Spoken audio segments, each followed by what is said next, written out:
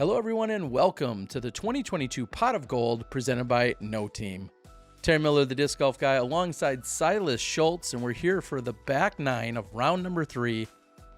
We saw what they did on the front. We saw Dave Wiggins making a little bit of a charge, but Matty came in with a sizable lead, and it doesn't look like he's rolling over by any means. No, he's keeping his foot on the gas. He's gonna, looking to shoot another hot round today and win this by as much as possible. Let's see if he can do it. We head into the back nine, 220 feet. I believe this is the shortest hole that we've seen so far. Very gettable. See the forehand there. It looks like Chad's lining up the same. Is that the most obvious route? Yeah, I've never played this pin position before. Usually it's probably 60 feet to the left, and it's just a straight tunnel. But yeah, I think that's, you put a forehand right down that tunnel, have it bail out to the right, and then hopefully finish where it looks like the green is a little bit helpful to trickle you to the basket. Yeah, I can see backhand being pretty tricky right here. Skip. Doesn't skip a lot. It does come out a little bit for JC, and fourth on the card, Thunder Schultz. A lot of movement by him when he approaches his lie and he sets up for his shot. Oh no. That one's not clean, so he kicks off to the left side. And because the hole's 220 feet, he doesn't have a lot of distance to cover here. Yeah. And this is the Mutant by Discmania, which is very, very overstable, similar to like the stability of a Justice, I think. You can see the way that hit the ground, very spiky. JC's hit a couple from this range on the front nine. Ooh. Couldn't tell if there was wind. It looks like you tried to push it really flat, and it just never really dropped. We hear just a little bit of the wind coming in. And now this actually got a little squirrely, got away from the basket more than it looked like. Yeah. Just an opportunity to flex your putting on your part a little bit. You just you thought, and then get your par and move on. He's probably thinking he didn't want to work that hard on a 220-footer, right? No, probably not. Here's Matty for birdie. And that's his 5th birdie of the round. Yeah, he's playing some clean golf right now. We've seen a couple of errant shots, but he's recovered very well. And he's making most of his putts, so. Yeah, just when it looks like he's made a mistake that's going to cost him a stroke or two, he hits the par putt, after going out of bounds and so on. He's made some really good recovery shots, as you said, and we're going to head over to hole 12, 370 feet. Kind of reminds me of both 2, a little bit of 4, or I'm sorry, thinking about one of the other holes that had a really low ceiling that then opens up at the end. Sure. Yeah, I think the flex is probably the play. Get that nose down, keep you a little bit lower so it doesn't rise, and you just got to miss the trees. Yeah, I think about seeing Matty just throw that one almost to about pin high at 370, and it looked like he threw it, with 60% power. Yeah. Just seems so effortless for him right now, and that gets hung up on the right side.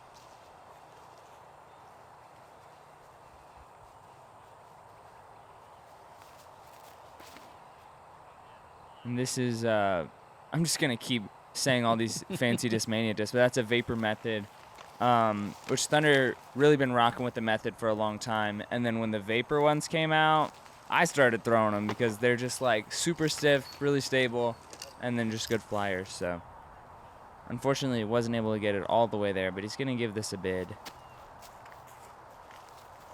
Ooh. You just hear the exhale of disappointment right there. Of just you can't be mad at the 80-footer that doesn't go in, but you got to be mad at something, Well, you got to be mad maybe that you had an 80-footer, right, to begin with. I hear you. And then you just say, I'm not mad, I'm just disappointed, And then hopefully you're able to keep your chin up and move on. All about perspective, and that's a little bit of a bad break there for Chad. Look at this. That rolled at least 25 feet. You can hear the wind. No problem. Good to see him bounce back after a little bit of struggles on the front nine on the green. Man, that might have been almost 30 feet. Unnecessary. Yeah. That's always tough because I'm like, yo, I'm an inch from going in the basket, and now I have a 30-footer for par. Like, just doesn't seem fair, right? That's just disc golf.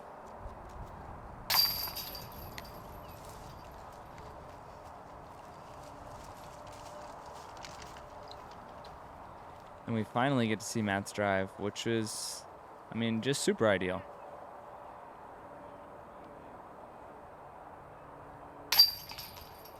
You know, you look at everyone making their putts to save par, and then Orum's like, yeah, I'm just going to tap this in. Another little birdie. Yeah. Put it in the collection. He's got 6 birdies on the round, no bogeys. And you see how he's really just extended the lead that he started with here today. Yeah. And, I mean, this is the pro layout or pro tees of City Park. And so these are a lot of holes that a lot of these guys have played before and are familiar with, except they're all stretched 50 feet or so. And I feel like that can throw you off a little bit if you try to get a similar shot or just throw it a little harder and you don't quite hit the line as well, or you end up seeing a lot of these longer looks from these guys. It can be tricky when you are familiar with the course, and then, you know, I feel like that's a perfect example of what Chad just did. It's like, this is a normal hole that he's played before, and now it's stretched out a little more. He's not quite getting it there. Do you know if there's plans to make some of these gold tees concrete, or is this what you typically see when you're looking at the gold tees out on this course? I don't know. I think they just got concrete tees sort of recently, but I'm not super involved with the club, so I'm not 100% sure on that. I've played a couple of these tees, but I haven't played this layout in particular with the longer pins and longer tees. That looks like a nice shot from Thunder. Thanks. Somebody liked it. Chad's putting with a Rhino. Good wind putter, but it's just his main putter he putts with all the time. Ooh. And it looked like he judged the wind perfectly and then somehow just barely short. Here's JC. I've been playing in Texas for 2 weeks. I don't feel bad for these guys and their wind problems at all. I'm not gonna vent, but it's been a struggle out here. Nice layup. I don't even know if I'd give it that. I mean, it wasn't a good layup. It wasn't. I mean, the result was fine. Yes, yeah. As far as layup goes, you're gonna get a 3, JC, and that's all that matters. And Thunder knew he was off as soon as he released it. Now Matty O, about the same distance. He's pin high. And there hasn't been a lot of confidence on this basket in the previous 3 putts. Yeah.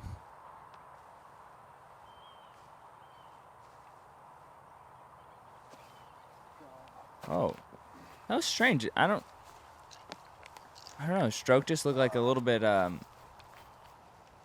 don't know, just sporadic there at the end, and like he was trying to give it too much.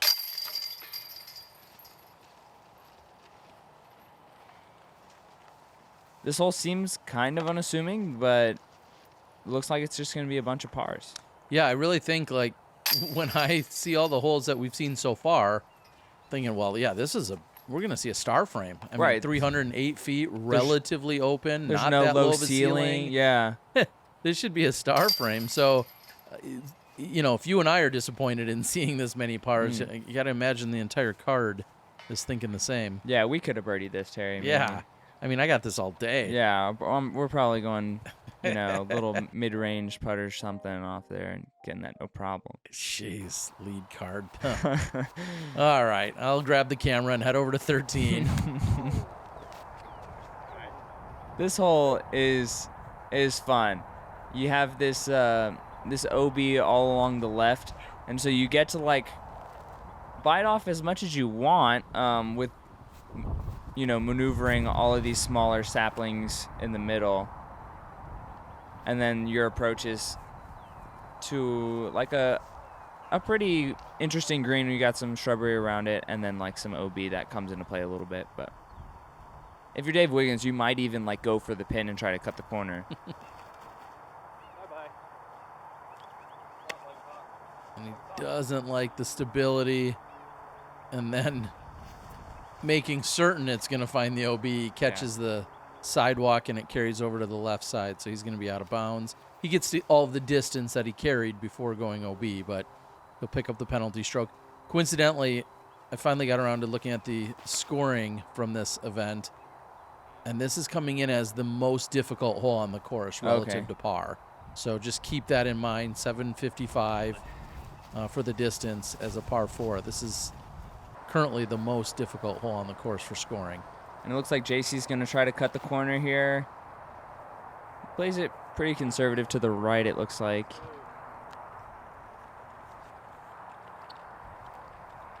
And that should be in bounds and good enough.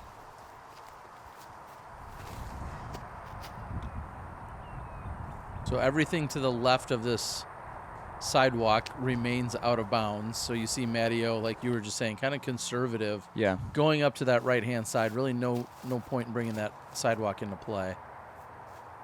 Yeah, I mean, it's a lot about the drive because that's going to give you the position to go for it on this upshot. Matty definitely has no real reason to attack this hole from where he's sitting, but everyone else is probably going to try to get the 3. It looks like Thunder's going to go. Oh, that looks very early. And that's going to go out of bounds. So, yeah, it looks like he was in a good spot. Just had an early release, and he's going to have a long look for par. Yeah, he had such a huge drive. Fortunate to throw it out of bounds. And that was JC for what would be his par. Oh, I thought he was going to keep that disc over his head just to block the sun. I was like... Oh, and that looked on line the whole way. And short of the out of bounds and a very makeable comebacker, but still a little work to do. And after going a little bit deep, he's coming back at the basket as Chad. Not too much juice on that. Okay, so Thunder, this isn't the worst look here.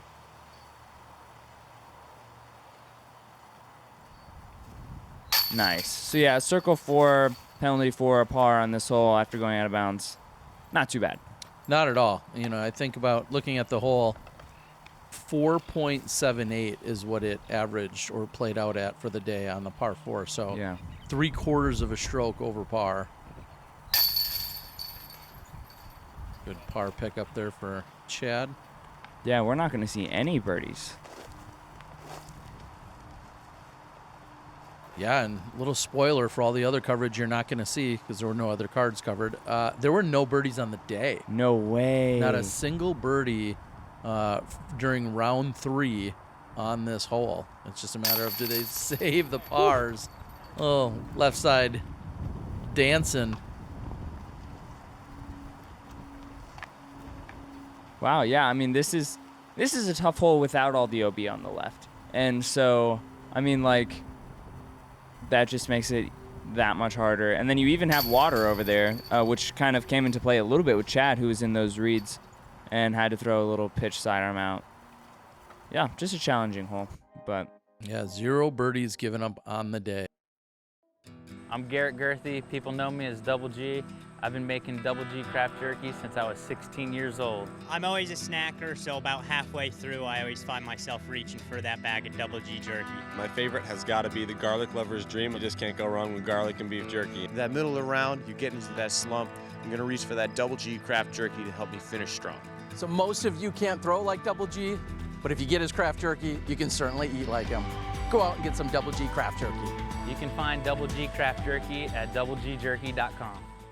So we head over to hole number 14, also playing as one of the tougher holes on the course. And I go to what I feel like is the swing position, about 2/3 of the way down the fairway. Yeah. Oh, my. That sounds like fireworks going Yeah, off for real. over there. But that's going to be short and right. Yeah, so on the drive on this hole, you're trying to swing it out over a group of trees and then push to the basket, which has water behind it. The tricky thing is to not push it long into those trees, which we've seen the 2 drives do. It's just a tough angle. You got to almost stall it out, and it's not just like a normal stock hyzer you would throw. Yeah, and so we've seen 3 for 3. Yeah. You know, wide to the right. Is that because everyone's just scared of the water that's hard left? I really just think it's a tough angle, and to really get it, you have to throw it really high, and even if you do get it right, it's hard to carry all the way to the basket. You saw that JC was out in the open, but then it got a little skip toward the edge of the woods there. A little pitch out for Chad. And he really struggled. Thunder's in there somewhere. Yeah. He really struggled with his footing and the best possible way to even get that much of an out. He was running it from in there. And almost fortunate to stay in bounds right there. You could sense his frustration of not having a good clean line. Ooh. JC's been on point with the putter, especially from outside of the circle this round.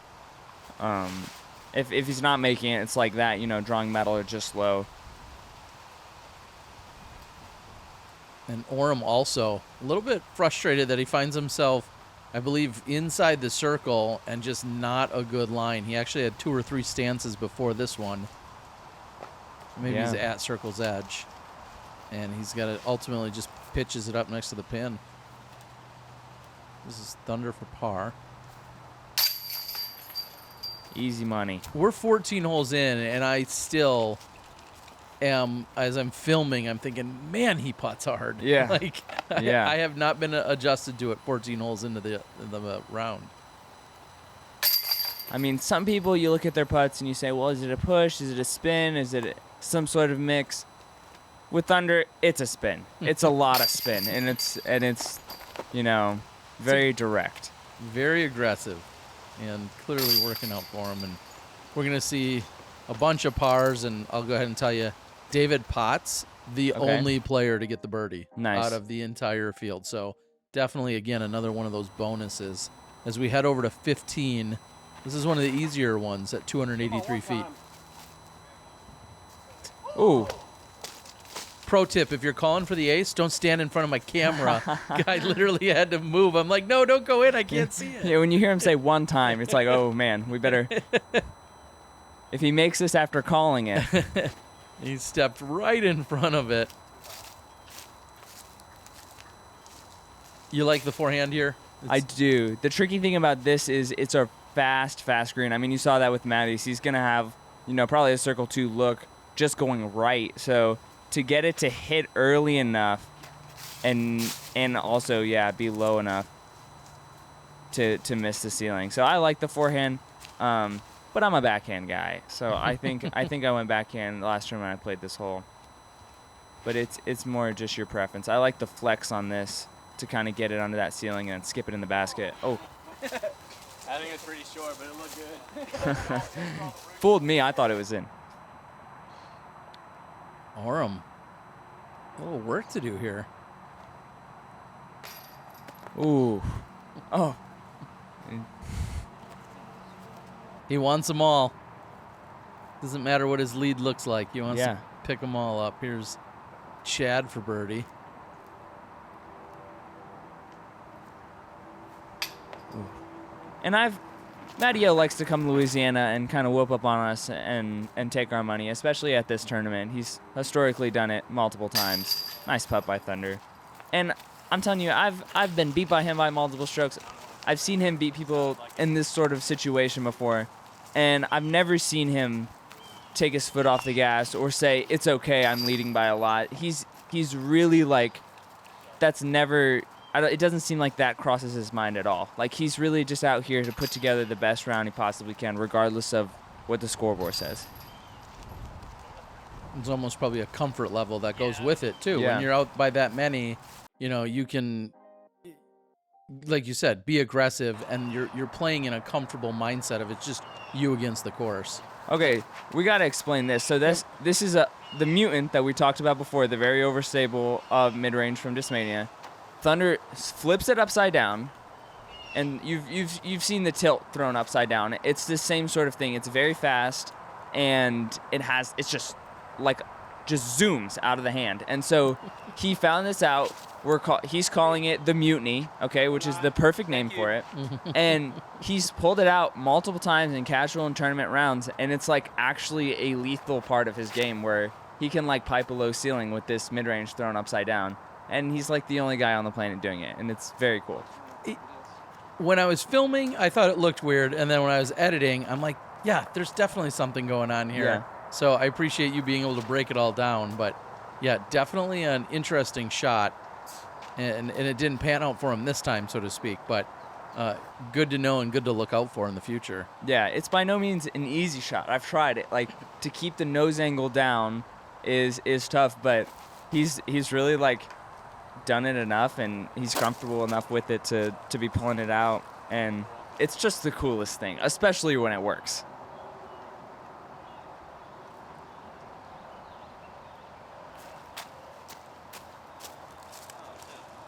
And Thunder coming into this event had a 995 rating, pretty similar to JC Rowe, who has a 996 rating. Yeah. Matty O at 1044. And Chad, I believe, a little bit off the pace. I'll confirm quickly. Chad at, oh, no, he's right there with him, all very similar at 999. So yeah. Very, very, similar skill sets for our players here, with Matty O being out in front of them.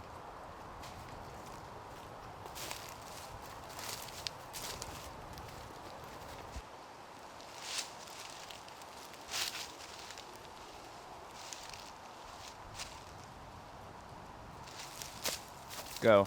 Wow. Man, if that doesn't make you smile, I don't know what does. I mean, that's just beautiful. The best part is that might have been his 100,000th birdie of his career, but Sure. it had the excitement of his first. Yeah. And that's exactly what you're saying. That's one reason why it's so fun to watch Orum play disc golf, and that is a huge par That's save. huge. And that's where Thunderspot really rises above, is when it's windy, to just really be able to beam something really flat right at the basket to where it's not going to, rise or drop enough to really affect it enough. And yeah, really solid wind putt for sure. Certainly helps out. And as we head over to 17 real quick, I need to throw in here, put it in the comments. I want to know what your most unique throw is.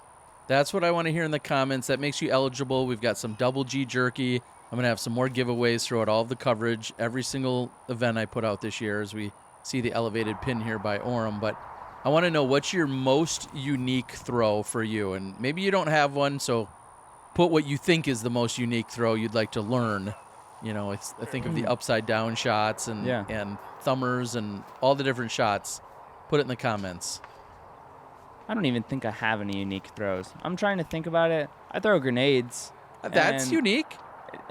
I guess, yeah. I have a tilt in my bag just in case. Okay. And I've busted that out a couple of times, but yeah, a grenade certainly counts as unique. That is not a stock shot that gets thrown, on the daily by most players. So sure. I'm thumb and rim grenades too, which is the correct way to throw grenades. Not anybody who does that doesn't know what they're doing. I'm looking at you, Kevin Jones. Uh-oh, calling him out. Here's Chad up the left side.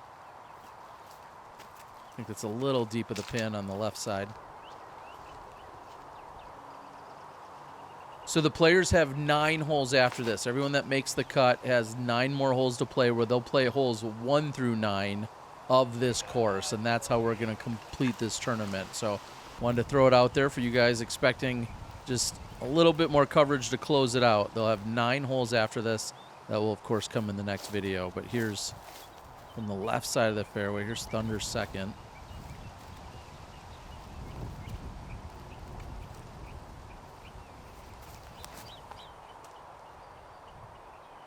Ooh. Looked like I had just the right speed to carry to the pin, too. Yeah. And this is just a tricky basket placement. Especially with a roll like that. Just You go nasty. from, like, it's just slowly moving further and further from what is comfortable. You don't want to get it too close, but you don't want to have a long look. Actually, one time when I was playing this, I was probably 13 years old. I putted it into the basket in a headwind, hit dead center, came back. I actually caught it before it hit my face, and no one on my card knew what to do. So it was a very interesting situation. You see Matty, that was for eagle a moment ago. And here's Thunder just trying to pitch it up, put himself in par position. Oh, no. And that's the other danger of this is, like, that's very prone to happen. And it's, like, it's unfortunate, but... Yeah, almost getting it too close can be a problem. And now remember, this rolled right around the backside of the pin and was just 5 feet away at one point. Now Chad, understandably, a little bit frustrated. So this is Thunder to save the par. This just sounds bad.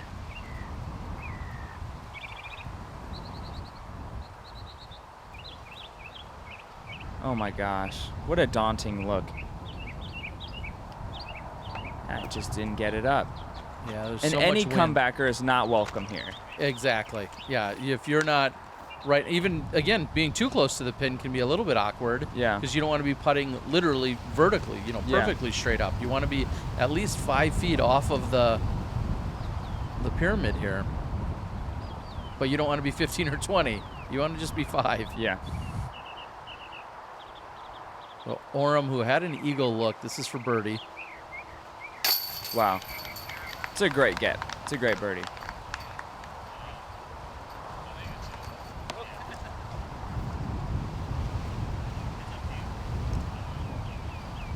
Spoiler, your other brother, Simeon, birdied this. Wow. Shout out to Simeon.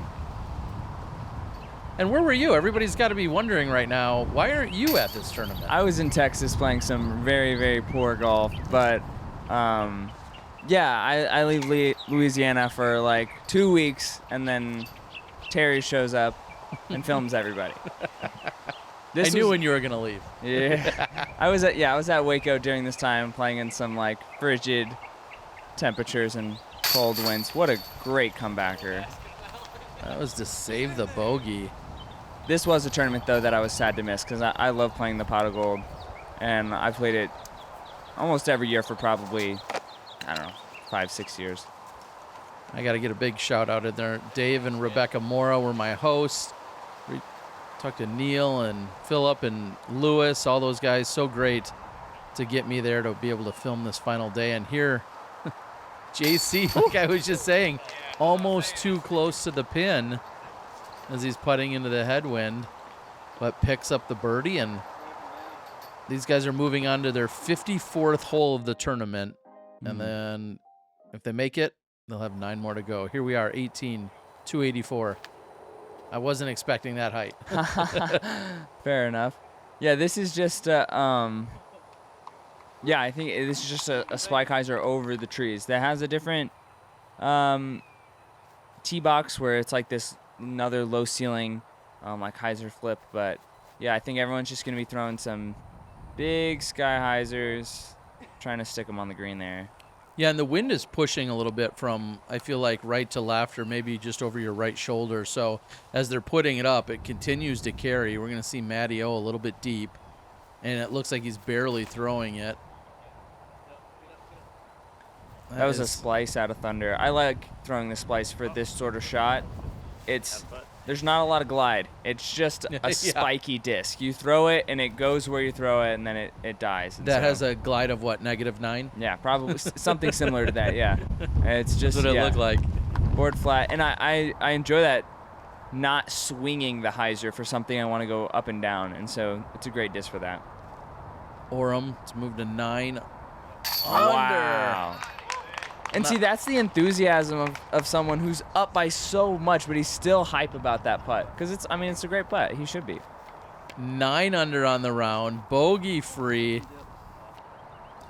had to work a little bit for a few of those pars, but Yeah. ultimately walks away 9 down, and he's trying to extend his lead. We'll see what the chase card can do, but you see he's distanced himself from his card mates here even more. Ooh, great putt by JC. He answers. So JC, I believe we're going to see him He's moving into the final 9 holes.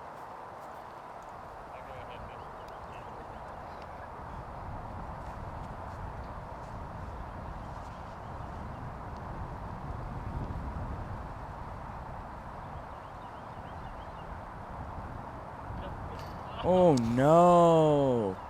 And look at the roll, just like we saw earlier. How is that fair?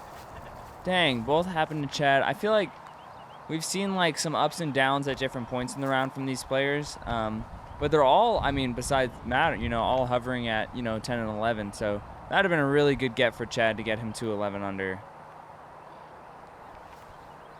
Thunder just can't get that one over the rim.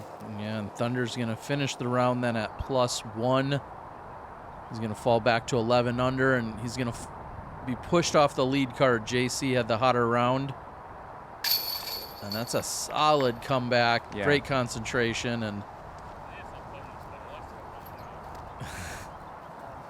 Thunder's going to tap in. So I'm going to thank you yet again. Thanks to the crew.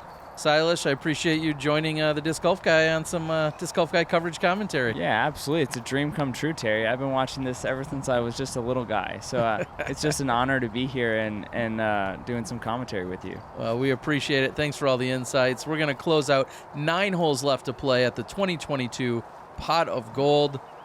As we take a quick look at the scores, we'll find out who's going to be in this final 9. Thanks to our Patreon subscribers and supporters. Orum has that sizable lead, but Logan Weiss, Nathan Farber, and JC Rowe. We'll see them all in the final 9, round number 4. We'll see you there.